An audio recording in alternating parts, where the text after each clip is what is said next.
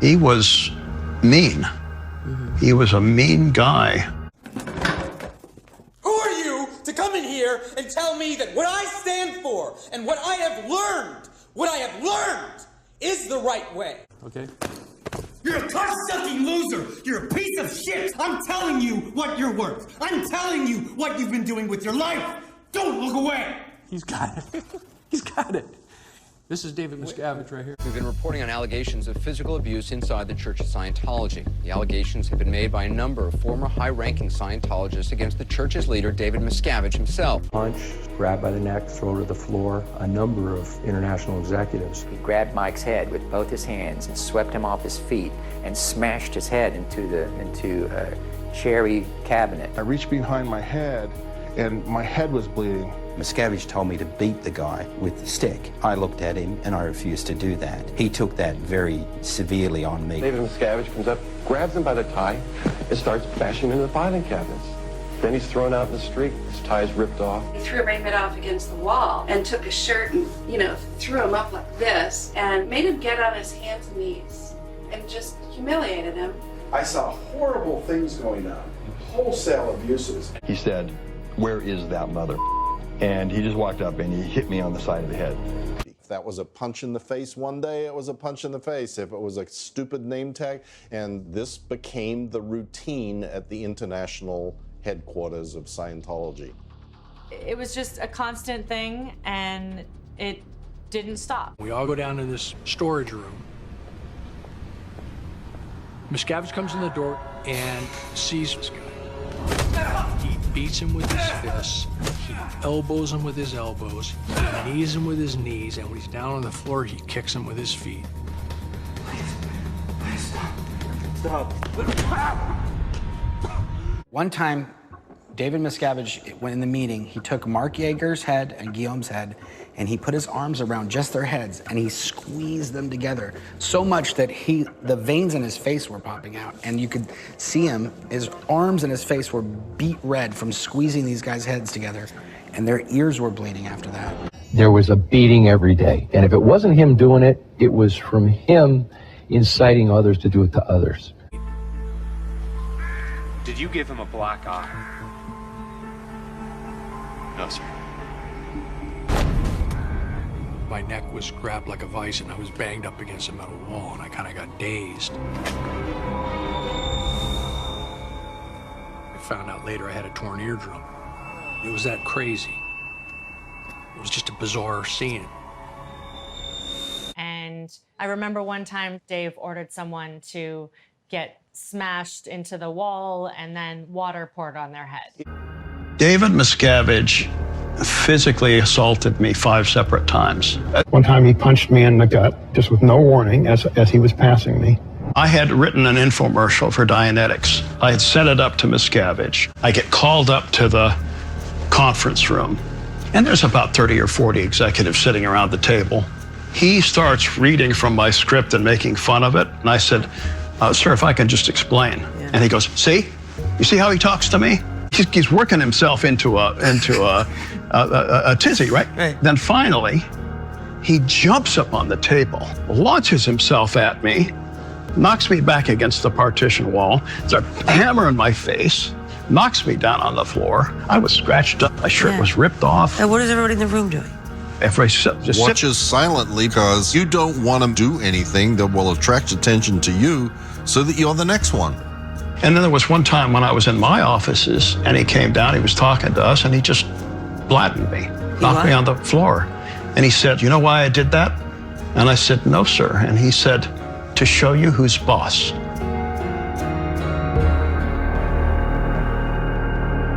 I was at the Ant Base for 14 years. 8 of those years I worked in Religious Technology Center. So that was David Miscavige's top organization. I lived in fear of David Miscavige. He was not to be crossed. He had a serious reputation. You had to be on your best behavior. You could very easily get in trouble around him. Miscavige would come in and he'd do a white glove inspection. It's a military term, but you take a white glove and you rub it up against the furniture.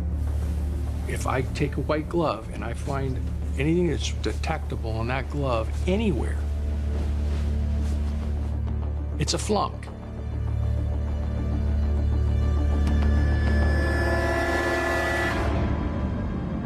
Do you think this is a joke? I had no idea what wrath and punishments would be levied on me if I even blinked the wrong way in dealing with the subject. So I attended hundreds of meetings, maybe even thousands. I witnessed definitely thousands of instances of David Miscavige physically abusing staff. He wanted to make sure everybody knew very well that's what was coming if they didn't step in line. It was a culture of fear, entirely driven and controlled by David Miscavige. I had seen him shove, throttle, punch numerous staff members. The very first time I ever witnessed Miscavige physically abuse a staff member was in the parking lot of the Sandcastle, actually, in Clearwater in March '96. And David Miscavige attacked Ray Midoff, punched him, shoved him. I saw Guillaume get physically abused by David Miscavige at many different meetings. And it was for everything from something he had done wrong, or David Miscavige did not like his response to a question. And I saw punching, shoving, slapping, strangling, hundreds of times. Norman Starkey, I probably witnessed hundreds of times of physical abuse where Miscavige would punch him, shove him. Norman wore hearing aids, and Miscavige would turn the volume all the way up so you could hear like a high-pitched screech coming out of Norman's ears.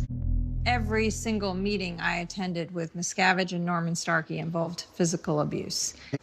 It's about 15 times I witnessed where he physically assaulted people.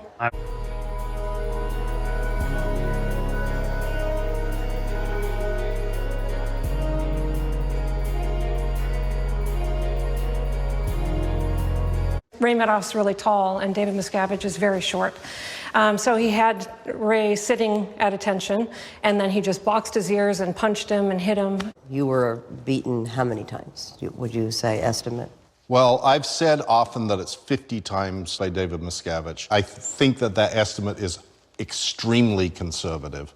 I was definitely a target for a lot of Miscavige wrath. He grabs Mike's head with both his hands, throws Mike off his feet because he's strong, and he put his whole body into this. He smashed Mike's head against this cherry wood wall. He grabs Mike around the neck, swings around, and is choking him, and he's holding his neck. And Mike's just like grabbing the side of his chair and like struggling, like not knowing what was going on. And his face is turning red, and the veins are popping in his neck. I get called down to Miscavige's room. Miscavige kicks the screen door open to his bedroom and comes running out in a terry cloth robe and just starts beating on Mike Rinder. I mean, savagely beating on him across the face, in the stomach. You know, Mike bends over. Miscavige grabs him around the neck.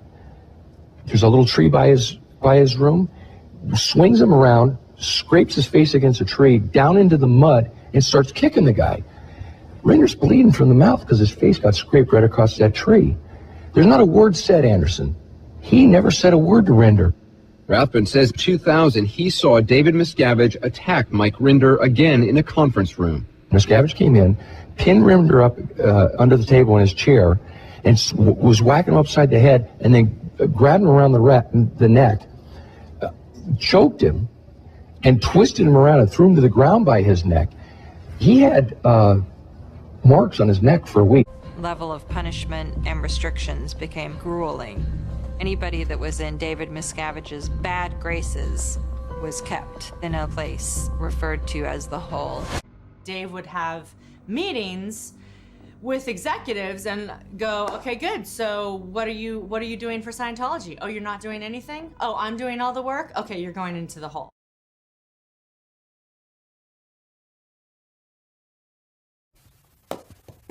What the fuck is that doing? Get the fuck up! Fucking DB. Walk!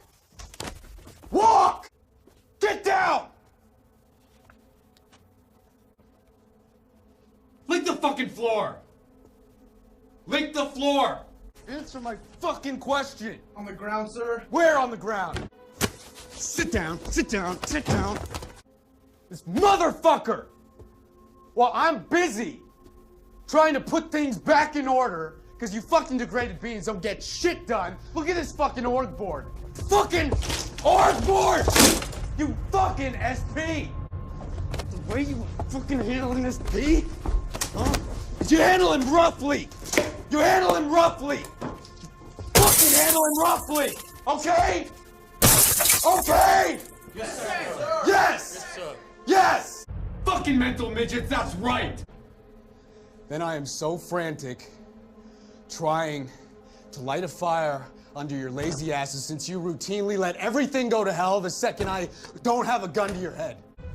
Okay. Anyone listens to this fucking cocksucker, you're automatically and immediately SP declared. Have a pleasant evening.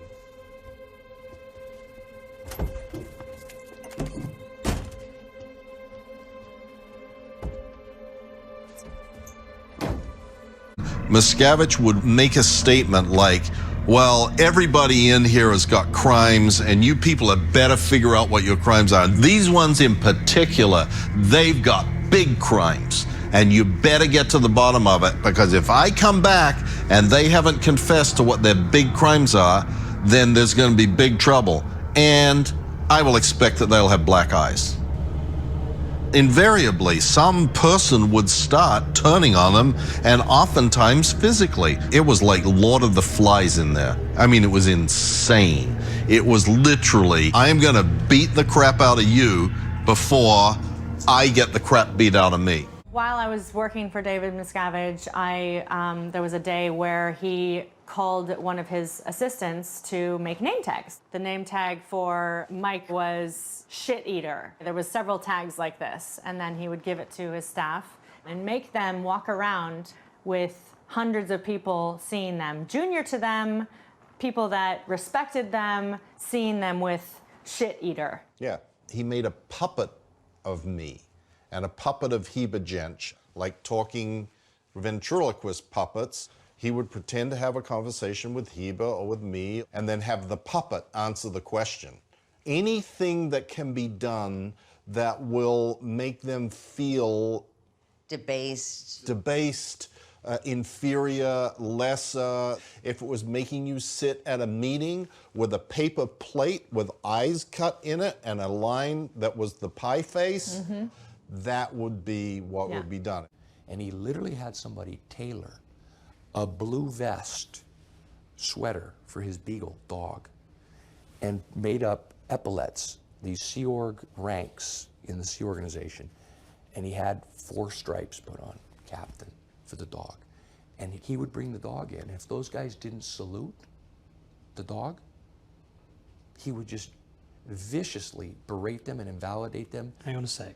You're saying that he ordered the most senior ranks in the Church of Scientology to salute his dog? Yes, sir.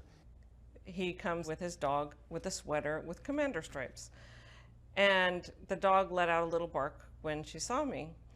And David Miscavige said, you know, you got something going on, because she is detecting out ethics and you have something going on. And this is the sort of thing that went on every day.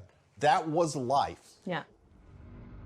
Heba Jench was made to do a video. He got a script, and he was told that he had to say all of these good things that Dave has done and that Dave is. Now, Heba is like 70 years old. 80.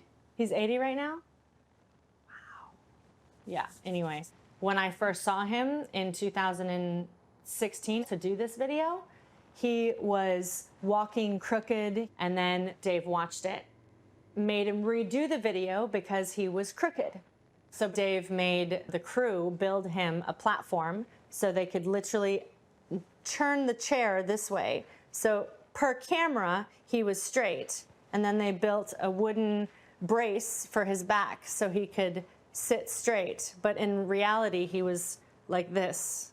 It was. And this was to do a damn video to say what a great guy Dave Miscavige was? Yeah.